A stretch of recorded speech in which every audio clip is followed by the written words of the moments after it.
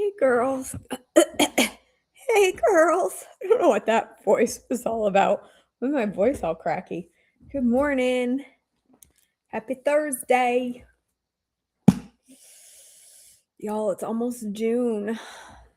It's the best month of the year because it's the year I was born. The month I was born. My hat's too flat. I'm just getting a glimpse of it in the camera and I don't like it. I look like I should be driving a semi. All right. Well, anyway. May 28th, avoid immoral women. Proverbs 5:1-23. My son, pay attention to my wisdom. Listen carefully to my wise counsel. Then you will show discernment, and your lips will express what you've learned. For the lips of an immoral woman are as sweet as honey, and her mouth is smoother than oil. But in the end, she is as bitter as poison, as dangerous as a double-edged sword. Her feet go down to the earth, her steps lead straight to the grave, for she cares nothing about the path to life. She staggers down a crooked trail and doesn't realize it. For now, my sons, listen to me. Never stray from what I am about to say. Stay away from her. Don't go near the door of her house. If you do, you will lose your honor, and you will lose two merciless people who all you have achieved. Strangers will consume your wealth, and someone else will enjoy the fruit of your labor. In the end, you will groan in anguish when disease consumes your body. You will say, "How I hated discipline! If only I had not ignored all the warnings. Oh, why didn't I listen to my teachers? Why didn't I pay attention to my instructors? I have come to the brink of utter ruin, and now I must face public disgrace. Drink water from your own well. Share your love only with your wife. Why spill the water of your springs in the streets, having sex with just anyone? You should reserve it for yourselves. Never share it with a stranger. Let your wife be a fountain of blessing for you. Rejoice in the wife of your youth. She is a loving deer, a graceful doe. Let her breast satisfy you always. May you always be captivated by her love. Why be captivated, my son, by an immoral woman, or fondle the breasts of a promiscuous woman? This is always so fun to read. For the Lord sees clearly what a man does, examining every path he takes. An evil man is held captive by his own sins. They are ropes that catch and hold him. He will die for lack of self-control. He will be lost because of his great foolishness. Lessons for daily life, Proverbs 6:1-35. My child, if you have put up security for a friend's debt or agreed to guarantee the debt of a stranger, if you have trapped yourselves by your agreement and are caught by what you said, follow my advice and save yourself, for you have placed yourself at your friend's mercy. Now swallow your pride. Go and beg to have your name erased. Don't put it off. Do it now. Don't rest until you do. Save yourself like a gazelle escaping from a hunter, like a bird fleeing from a net. Take lessons from the ants, you lazy bones. Learn from their ways and become wise. Though they have no prince or governor or ruler to make them work, they labor hard all summer, gathering food for winter. But you, lazy bones, how long will you sleep? When will you wake up? A little extra sleep, a little more slumber, a little folding of the hands to rest. Then poverty will pounce on you like a bandit. Scarcity will attack you like an armed robber. What are worthless and wicked people like? They are constant liars, signaling their deceit with a wink of an eye, a nudge of the foot, or a wiggle of the fingers. Their perverted hearts plot evil, and they constantly stir up trouble. But they will be destroyed suddenly, broken in an instant, beyond all hope of healing. There are 6 things the Lord hates. No, 7 things he detests. Haughty eyes, a lying tongue, hands that kill the innocent, a heart that plots evil, feet that race to do wrong, a false witness who pours out lies, a person who sows discord in a family. My son, Winnie! No! My son, obey your father's commands and don't neglect your mother's instructions. Keep their words always in your heart. Tie them around your neck. When you walk, their counsel will lead you. When you sleep, they will protect you. When you wake up, they will advise you. For their command is a lamp and their instruction a light. Their corrective discipline is the way to life. It will keep you from the immoral woman, from the smooth tongue. No! No! Sorry. It will keep you from the immoral woman, from the smooth tongue of a promiscuous woman. Don't lust for her beauty. Don't let her coy glances seduce you, for a prostitute will bring you to poverty, but sleeping with another man's wife will cost you your life. Can a man scoop a flame into his lap and not have his clothes catch on fire? Can he walk on hot coals and not blister his feet? So it is with a man who sleeps with another man's wife. He who embraces her will not go unpunished. Excuses might be found for a thief who steals because he is starving, but if he is caught, he must pay back 7 times what he stole, even if he has to sell everything in his house. But the man who commits adultery is an utter fool, for he destroys himself.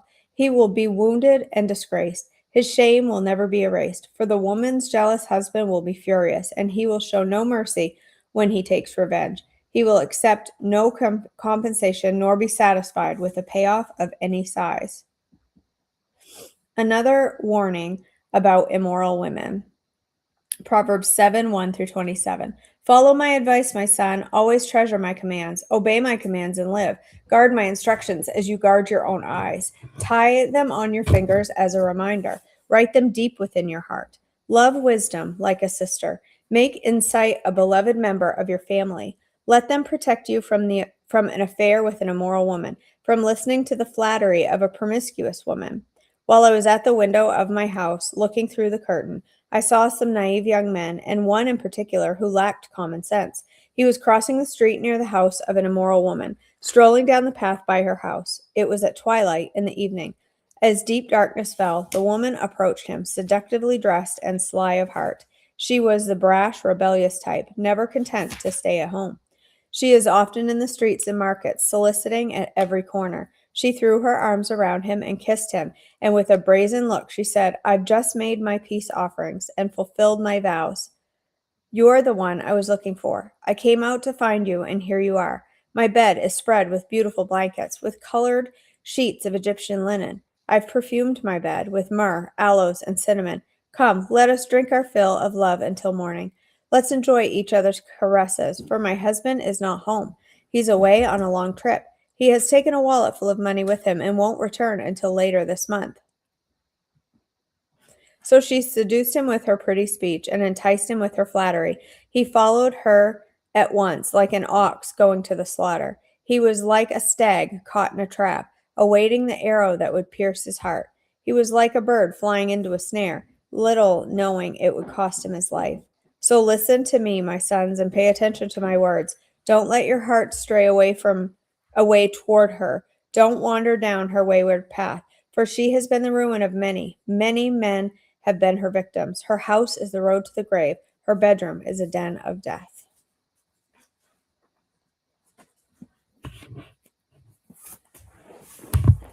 Oops.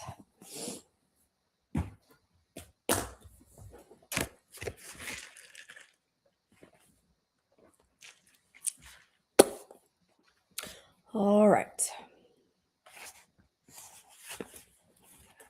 Picking up where we left off in our book, Bad Behavior. How many times can someone be taught the same thing and yet still not get it? I don't know. Maybe Mr. V could help you with the answer to that question. In the case of the disciples, the best answer would probably be plenty. It's an answer that applies equally as well to me. A short time before this, the disciples had returned from a mission on which Jesus had sent them. He told them to go and bring nothing for the journey except a staff. No bread, no bag, no money in their belts. They shouldn't wear sandals or bring an extra shirt. They were to go to proclaim the gospel. When they returned, they reported back to Jesus everything that had happened to them and everything they had done. They'd healed the sick and driven out demons just as Jesus had instructed. None of it was the result of their abilities. The Spirit had accomplished it all through them and had provided for them throughout the whole journey. Why then, in the face of this new crisis, did they fall back into their old patterns and assumptions? They had experienced firsthand the ability of God to supply all of their needs and work through them. And yet, now it seemed they had forgotten everything they'd just learned and experienced. Step into this story and look around. What do you see? What emotion flickers to life when, upon getting out of the boat, you realize the crowd you'd tried to leave behind has followed you and is now waiting on the shore? Remember, Jesus and the disciples were looking to get away, to retreat for a bit, to work through their grief and recharge their spirits. What do you feel as you stand with the disciples? All those people's eyes look to you to do something about the hunger in their belly. Fear? Irritation? When Jesus tells you to give the crowd something to eat from the resources you know you don't have, what emotion bubbles up in your soul? Frustration? Anxiety? After all, two After all, you too are tired and hungry.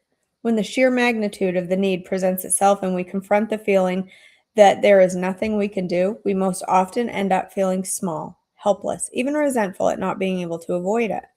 Jesus' panicky disciples ask him, "What are we going to do?" When Jesus' solution is that they should feed them, their only answer is a quick estimate of the cash register receipt involved in feeding these many hungry mouths. Then Mark, who is usually the light on his inclusion of details, mentions an important one. When Jesus tells them to check their supplies, it turns out all they have is 5 loaves of bread and 2 scrawny fish. Maybe enough to feed 5 people, hardly enough to feed 5,000. There is so much need, and disciples have so little to give. Ever feel like that? I came face to face with something like it when standing on the street corner in Xi'an, China. Let me see, where am I? Okay. The woman held her toddler up, pushed her toward me, squeezed her child's smudged cheeks between her own unwashed fingers, then stroked the side of her daughter's head. I smiled and took a step back and tried to put a little distance between me and the uncomfortable scene before me, but the woman would not allow it. She moved in closer, and I could not quite tell whether it was a look of tired desperation or resigned determination on her face. Keeping her toddler directly in my line of sight, and apparently not knowing English, she stretched out her hand in the universal language of someone asking for help. Glancing around, I saw other members of our party experiencing the same situation. Some were handing out single yuan bills worth at the time about 12.5 cents American. Others were handing out more. Still, others were giving nothing and simply trying to avoid the attention of begging mothers and their children. We were standing on the corner because we were waiting to meet our guide, who would take us to dinner. As we waited, the mothers we encountered were determined and aggressive. If we handed them money, they came back for more. If we shook our head and said no, they came at us again. If we tried to avoid eye contact, they moved around until we had to see them. They wouldn't give up. Some of our group were becoming unnerved, so we huddled together, all facing inward, like cattle in the face of a storm. And still they came, orbiting around us like derelict satellites, their children in their arms with hands outstretched.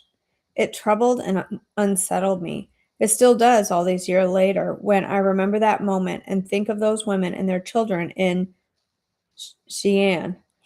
It reminds me of all the people who sought my help, yet at times I simply brushed aside. Should I have given her a few yuan? Should I have pressed a whole wad of money into her upraised palm? Should I have said a polite but firm no and turned away? Should I have dug into my pocket and given her everything I had? Could I have invited her to dinner? And if I had done so, then what about all the rest of the beggar army who were circling and clearly in just as great of need? It doesn't take going to China to find yourself in the same situation. There isn't a person who hasn't been confronted by someone seeking help, and it's not always limited to those you run into on the street. And there are just as often times when money is not the issue. There is always someone in need. Maybe it's an acquaintance or a family member, a church member, or even a neighbor who needs your time, the most precious commodity you have because you have so little. When I say no, I feel guilty. When I say yes, I sometimes feel resentful. How many times do I need to be taught the same thing and yet still forget?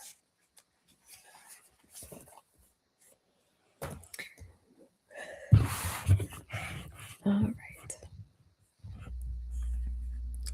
Yes, ma'am. There are lots of good birthdays in June. A lot of our team, Cindy, Jamie,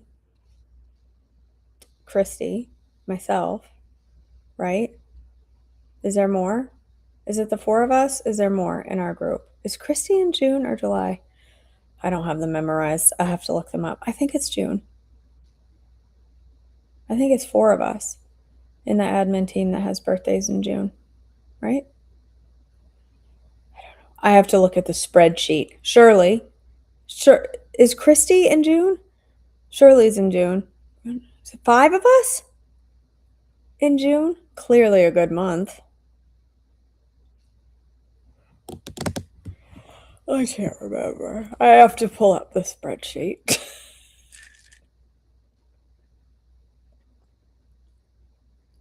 Mary is September. That's the most important one. Excuse me? Oh. All right, girls. Well, if you didn't join, or even if you did, if you joined the call yesterday, I did about why good women struggle with food. Um, it went so good yesterday. It's this topic is very is very I don't know what the word is. Heavy, I don't want to say heavy on my heart, but I'm very convicted to teach this information and to coach women in this way. And so, if you didn't, yeah, right, Shelley. What would that be? September? Wait, October. I don't want to think about my conception. Let's just never mind. Let's drop it.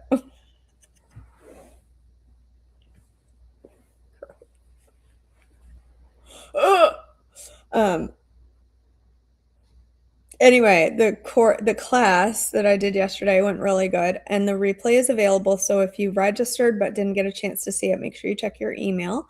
And we'll be continuing that discussion today at 11 a.m. Eastern, and tomorrow at 11 a.m. Eastern. And so yeah, come and join us. There was a great group yesterday, over 80 women that joined live. It was a fabulous group of women on there, and some very deep discussion, I think. So, but then again, I'm not very deep, so I don't know how deep it actually was. It's deep for me. All right, girls, let's go ahead and end in prayer. God our Father, thank you for meeting us here today. Thank you for the reading of your word. Thank you for the message in Joe's book. Thank you for his willingness to let us read it, God. God, I lift up each woman here to you today and all that they may be going through, asking for your strength and wisdom. I pray for Mary as she prepares for surgery, that you would help her today to get done everything she needs to do. I pray for her daughter, Telly, as she gets ready to have a baby, and just pray that you would bless her. I pray for her daughter, Lizzie, and her recovery and her other children and all that they're walking through. I just pray for each and every one in her family today. God, I know there are so many things heavy on the hearts of the women here today, but you know each one intimately. And we just help us to lay our worries, our concerns, our fears, our struggles at the feet of the cross, and to leave them there, and to let you handle it. God, I thank you for this opportunity to join together with these women. Thank you for the technology we have that allows us to do this. God, I just pray that you will strengthen us all through meeting together each day to read your word. In your precious name, amen. All right, girls, I love you all. I hope you have a fabulous Thursday. If you're part of group coaching, don't forget we have Zoom tonight on a special night. I look forward to that every week, so tonight will be good. So jump on and join me as we finish out the month of May, and y'all finish your 1,500 squats challenge. You should be nearing 1,500. You should be almost there. Only what? What's today? I got 3 days after today, so you better get your squat on. All right. I love you, girls. I hope you have a fabulous rest of your day, and I'll see you all back tomorrow. Bye, guys.